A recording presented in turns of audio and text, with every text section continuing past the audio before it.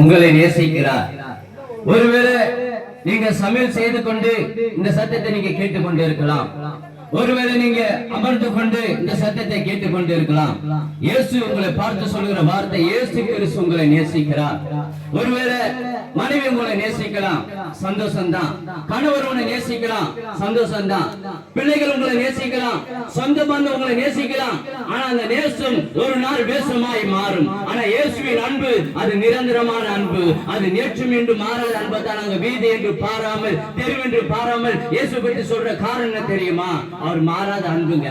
பாருங்க, இந்த பேப்பர் படிக்கிறோம், ஒரு நல்ல செய்தியை பார்க்க முடியல. திருப்புறம் சன்டிவி பார்க்க ஏதோ நல்ல செய்தியை பார்க்க முடியல. ஆனா நம்ம சொல்ல வந்து இருக்கிற குட் நியூஸ் சொல்ல வந்து இருக்கிறோம், நல்ல செய்தியை சொல்ல வந்து இருக்கிறோம். வருத்தப்பட்டு பாரம் சுமக்கிறவர்களே, நீங்கள் எல்லோரும் என்னிடத்தில் வாருங்கள், நான் நிலை பார்க்க தருவேன். இந்த உலகத்துல கொடுக்க முடியாததான் இயேசு சொன்னார்.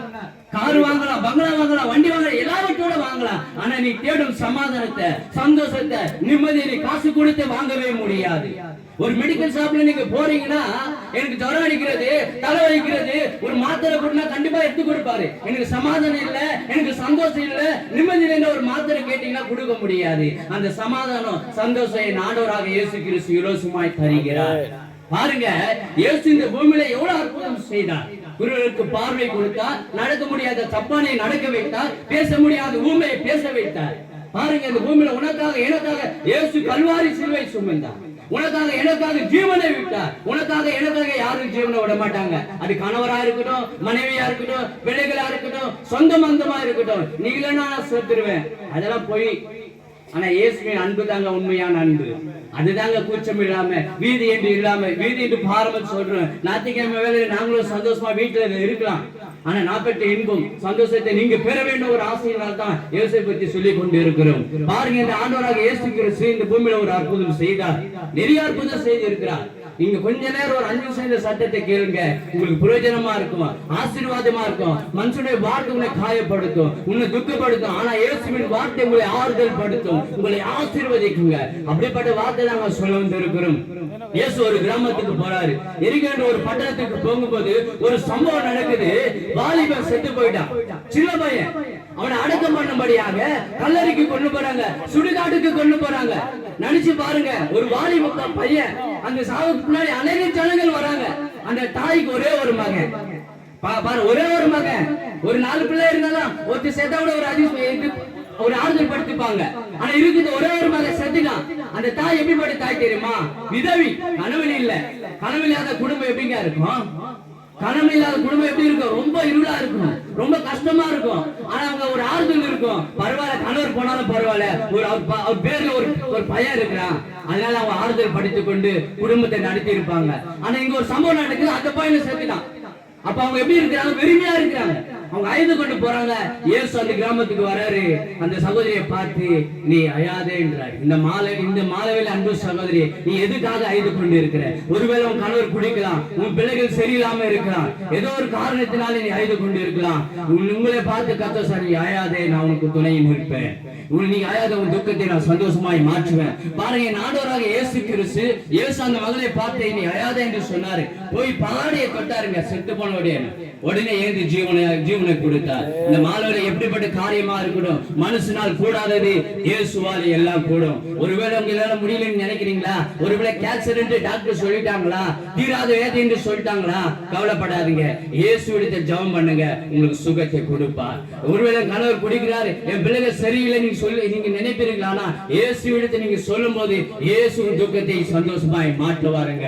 அதனால இயேசு பத்தி இங்க சொல்ல வந்து இருக்கிறேன். இதை பேசிக் கொண்டு இருக்கிற நான் வாலிப நாட்களை பாருங்க, குடியில அடிமைப்பட்டு இருந்த அநேக நண்பர்கள் உண்டு. நான் புளியாந்தோப்புல வரேன், அப்படி பாருங்க, நிறைய நண்பர்கள் உண்டு. என் கூட இருக்கிறவங்க நிறைய பேர் குடிப்பானுங்க, சிகரெட் அடிப்பாங்க. ரகசியமான பாவத்தை நான் அடிமைப்பட்டு இருந்தேன். வாலிப நாட்கள் என்னென்ன செய்வார்கள் வாலிபர்கள் உங்களுக்கு தெரியும். அப்படிப்பட்ட பாவத்தில் அடிமையா இருந்த இயேசு என்னை தேடி வந்தாருங்க. தேடி போகிற ஒரு தெய்வம் இல்ல, என் ஆண்டவராக இயேசு கிறிஸ்து தேடி வந்து உன்னை ஆசீர்வதிக்கிறவர், தேடி வந்து உனக்கு சுகத்தை கொடுக்கிறவர். பாருங்க, பாவியா இருந்த என்ன பாருங்க, வீட்டு அப்பா அம்மா சொல்லுவாங்க, நீ இருக்கத்தோட செத்துரு. ஏன்னா நான் இருந்த மோசமான நிலைமையில இருந்த, வேலைக்கு போக மாட்டேன், ஊரை சுத்தி கொண்டு இருப்பேன், குடியில அடிமைப்பட்டு இருந்த. இப்படிதான் என் நாட்கள் போய் கொண்டு இருந்து அநேக நண்பர்கள் இருந்தாங்க. ஆனா எனக்கு பாருங்க, சிகரெட் அடிச்சதுனால குடிச்சதுனால எனக்கு ஒரு வயிறு வலி வந்தது. ஆனா எனக்குள்ள ஒரு சோகம் வந்தது. யாரும் சரியா பேச முடியல.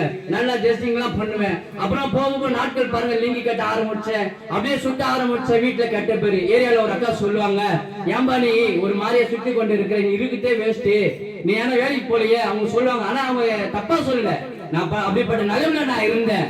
ஆனா நாட்கள் போக போக பாருங்க, எப்படி நான் இயேசுவை பத்தி வீட்டுல சொல்லணும்.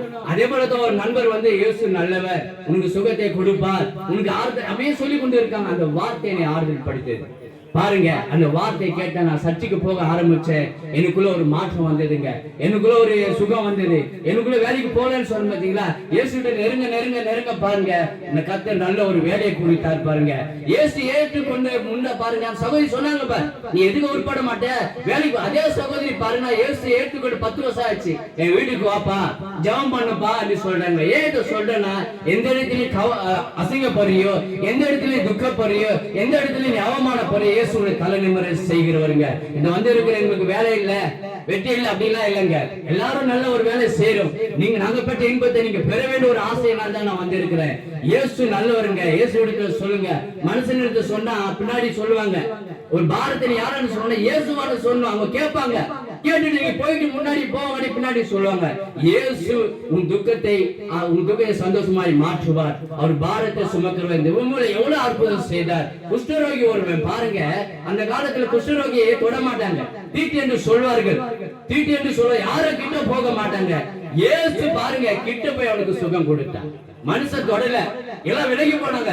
ஆனா என் ஆண்டவராக இயேசு கிறிஸ்து அவன் கரத்தை பிடிச்சு அவனுக்கு சுகம் கொடுத்தார். இந்த மாலை வேலை அன்பு சகோதரனே சகோதரியே, ஒருவேளை வீட்டுல இருந்து சத்தத்தை கேட்டுக் கொண்டு இருக்கிறீர்களா, காணு குடிக்கிறாரா என்று கவலைப்படாதீங்க. என் பிள்ளைகள் சரியில்லை என்று கவலைப்படாதீங்க. இயேசு உங்க துக்கத்தை சந்தோஷமாய் மாற்றுவார். இந்த மாலை வேலை உங்களுக்காக நான் ஜெபிக்க போறேன். நீங்க இருக்கிற இடத்துல கண்கள் மூடி இயேசு என்று கூப்பிடுங்க. நான் ஜெபிக்க தான் முடியும். அற்புதம் இயேசு செய்ய அவர் வல்லமுள்ளவரா இருக்கிறார். ஒருவேளை நல்ல ஒரு வீடு வாங்க முடியல, என் கடை பிரச்சனையா இருக்குது, என் சரீரத்துல வேலை காணப்படுகிறது, இயேசு ஒரு நொடியிலே சுகம் கொடுப்பாருங்க. இயேசு அநேக அற்புதம் செய்து இருக்கிறார். 12 வருஷமா இருந்த ஒரு சகோதரி பாருங்க, உதிரப்போக்கு வேதனையால அவதிப்பட்டு கொண்டு இருந்தாங்க. அநேகர் டாக்டரை பார்த்தாங்க, டாக்டர் எல்லாம் கைவிட்டுட்டாங்க, பணம் எல்லாம் காப்பாத்தல. கடைசியா யாரை நம்பி போனாங்கன்னா, வானத்து பூமி உண்டாக்குன இயேசுவை நம்பி போனாங்க. இயேசுடைய வசனத்தை தொட்ட ஒரு சக்தி, ஒரு வல்லமை புறப்பட்ட உடனே இயேசு பாருங்க சுகம் கொடுத்தார். உங்களுக்காக நான் ஜெபிக்க போறேன். நீங்க இருக்கிற இடத்துல கண்கள் மூடி இயேசுன்னு கூப்பிடுங்க. இயேசு நாமத்தினால பிதாவே, உம்மை நோக்கி நாங்க ஜெபிக்கிறோம். ஆண்டவரே, இந்த நாளிலே கண்களை மூடிக்கொண்டு உம்மை நோக்கி ஜெபிக்கிற பிள்ளைகளுக்காக நாங்க வேண்டி ஜெபிக்கிறோம். ஆண்டவர், ஒரு மனமா ஜெபிக்கிறோம். ஒருவேளை என் கணவர் மாறல, என் பிள்ளைங்க வேலைக்கு போகல, ஒருவேளை கலங்கி கொண்டு இருக்கலாம். ஆண்டவரே, அவங்க கண்ணீரை நீ துடைக்கும்படியா, அவங்களை ஆசீர்வதிக்கும்படியாக, ஒருவேளை வீட்டில இருந்து அமர்ந்து கொண்டு இந்த மாலையிலே கண்களை மூடிக்கொண்டு ஒவ்வொரு பிள்ளைகளை கண்ணோக்கி பார்க்கும்படியா ஜெபிக்கிறோம். மனுஷனோ